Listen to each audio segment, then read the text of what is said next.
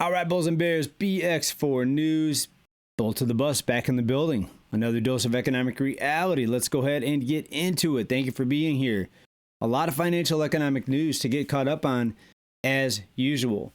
We've got California dropping the college degree requirement for like 30,000 jobs. We're going to talk about that.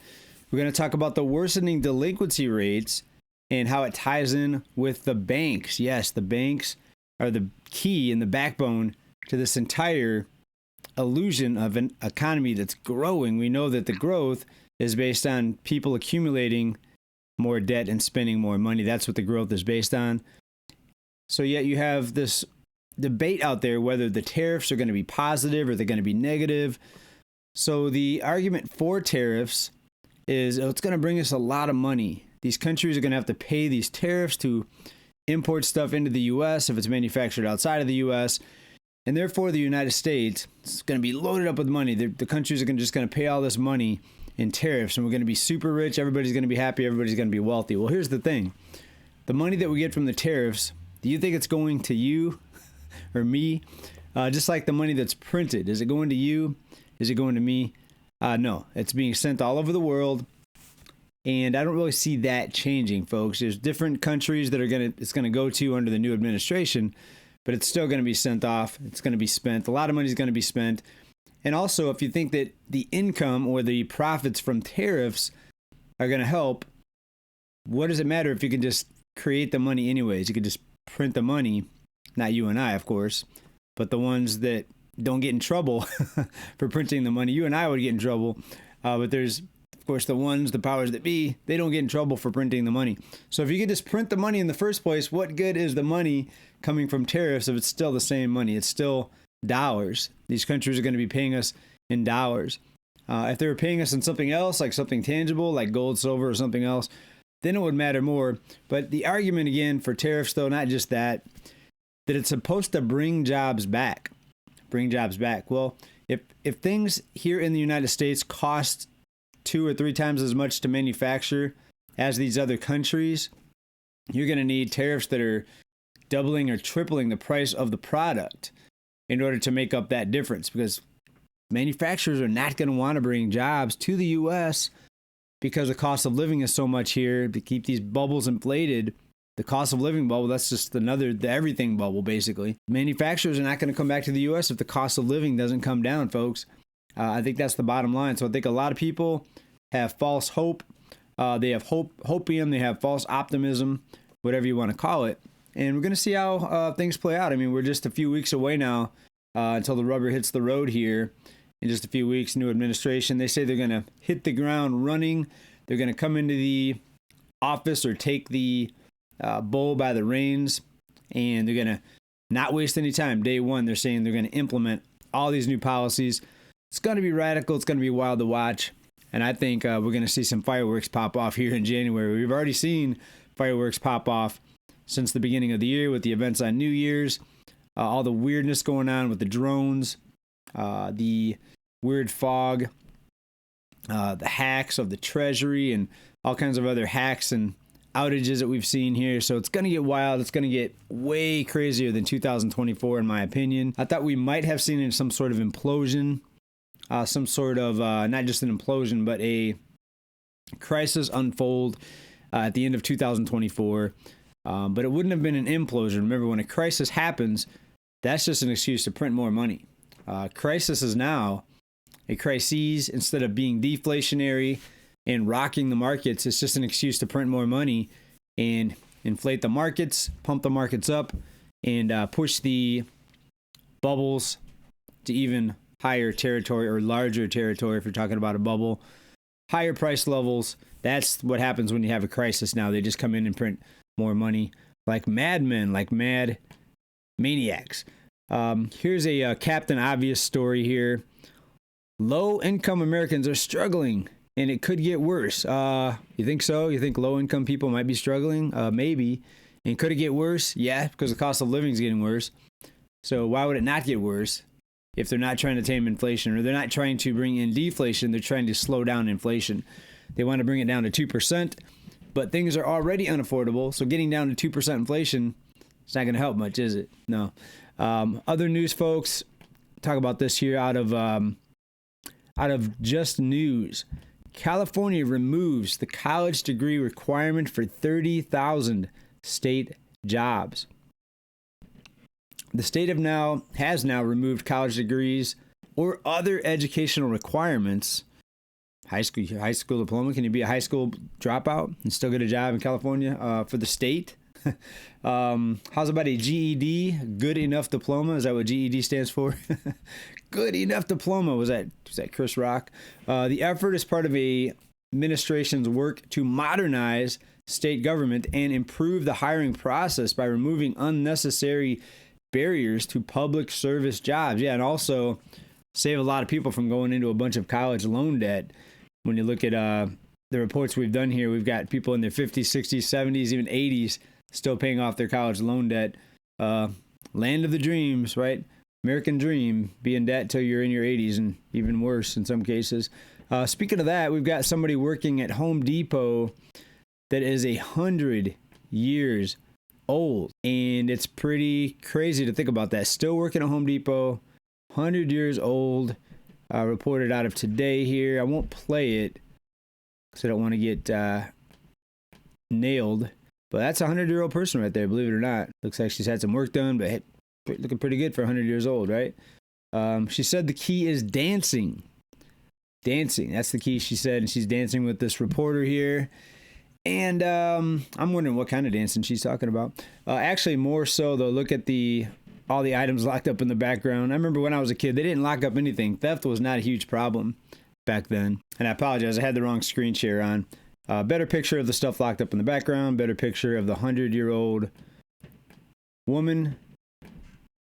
Says she doesn't actually need the money. She's not working out of necessity. She said she likes the job. She likes talking to people. So there are cases where people that are elderly are working just to stay busy. And maybe that's what keeps her going. Maybe that's part of it, staying busy. So just don't retire and stare at the sand on the beach. Keep busy. Keep your mind occupied. My grandma used to do crossword puzzles. She lived to be fairly elderly, about 92, I believe. And her thing was crossword puzzles. She loved those crossword puzzles. Study finds, look at this, over 1 million drivers on the road that shouldn't be driving because of cognitive decline. Look at this picture. Sometimes you could just see somebody and know they shouldn't be driving. I don't need to talk to her. I don't need to see if she's a little bit slow in her reaction. I can just tell by looking at her, right? Maybe that's my fault. Maybe I'm judging her. Every morning across America, millions of senior citizens grab their car keys and head out to the doctor's appointments, grocery stores, social gatherings. Most of these routes, routine, the drivers want to maintain their independence and connection to the world.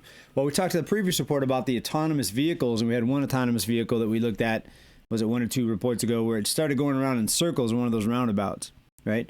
Pretty scary. What if it did that at 80 miles an hour? Autonomous vehicles. Would you trust the autonomous vehicle more than maybe this person behind the wheel? I don't know which one I would trust the least. Moving on here. Yesterday, the congestion toll took effect in New York City. Commuters now paying $9 to drive below 60th Street, and this is going to affect the economy, they're saying. So will the profits from the fee make up for the lost revenue because people not going into the city? It's going to be very interesting, but the fact that you have to pay just to drive into a city now, I mean, is it going to be more cities? Is it going to expand? Or is it going to be an epic failure in New York City? Please let me know what you think down below. But look at this. During peak hours, large trucks will pay $21.60. Small trucks, $14.40. Motorcycles only $4.50, but $9 for vehicles. And you think about this, New York City needs big trucks. They need things to be delivered because there's no farms in New York City, folks, obviously. Everything has to be shipped in, imported, pretty much everything. Not much manufacturing either in the city of New York. Now, in the state of New York, yes, some manufacturing, but still, everything has to be hauled into New York for the most part. And penalizing delivery trucks for just driving into the city, it's crazy, folks. It reminds me of when I first learned of toll roads. I remember when I was a kid, riding in the car with my family. We were going to some amusement park, and it was my first time. I believe we were going from Michigan to Ohio, maybe Indiana, I can't remember, but there was some sort of toll road. Maybe it was Illinois, I don't know. Some sort of toll road, and I couldn't believe my dad was dropping coins, and I'm like, Dad, what are you doing? What is this? What's going on? I had never seen a toll road before that. He's like, oh, we got to pay money to go on this road. I was like, are you serious? Even back then, I was like, that's not right. It's not right to have to pay to drive on a road. Now, of course, they're going to say, yeah, people that are working have to chip in to pay for these projects, to pay for the road upkeep. Folks, if that was the case, then why do they just print money for everything else? They can print money for weapons, for bombs, for tanks, and send it to whatever country they want to, but they can't print the money when it comes to the toll roads. Nope, you got to pay for that, right? Absolutely ridiculous. Doesn't make any sense, but nobody even thinks twice about it. They just go ahead and pay it because they just want to have an easy day. They don't want to fight the system, I guess. And I guess you have to pay it. I mean, you're not going to fight the system. You're probably going to get a ticket if you don't pay it. But people just accept it as normal. And what if a lot more cities start implementing the cost just to drive into the city? Will people say no, or are people just going to pay the price no matter what? It seems like people are willing to pay the price no matter what because they have what seems to be endless credit from the banks. No banks are pulling back on the loans, on the credit card lines, even though they should be cautious right now. For example, we've got auto loan delinquencies, 15-year highs. And that was as of September. It's close to a 16-year high now out of Financial Times. We've got credit card delinquencies. Where are they at now? Let me just pull up a quick credit card news. Defaults at the highest level in 14 years. Folks, delinquencies are at levels we haven't seen since financial crisis, but yet banks are not pulling back on the lending because they're guaranteed endless life support. And that's dangerous, folks. When there's no risk involved in loaning out money, then you're going to see the cost of living stay elevated. And I think a lot of people, again, are optimistic about the new administration is going to fix everything. Folks, if you don't fix the underlying root cause, the root cause is the endless money, the endless propping up of the banks, you're not going to see inflation come down. And maybe I'm wrong. I hope I'm wrong. And maybe we'll see some deflation.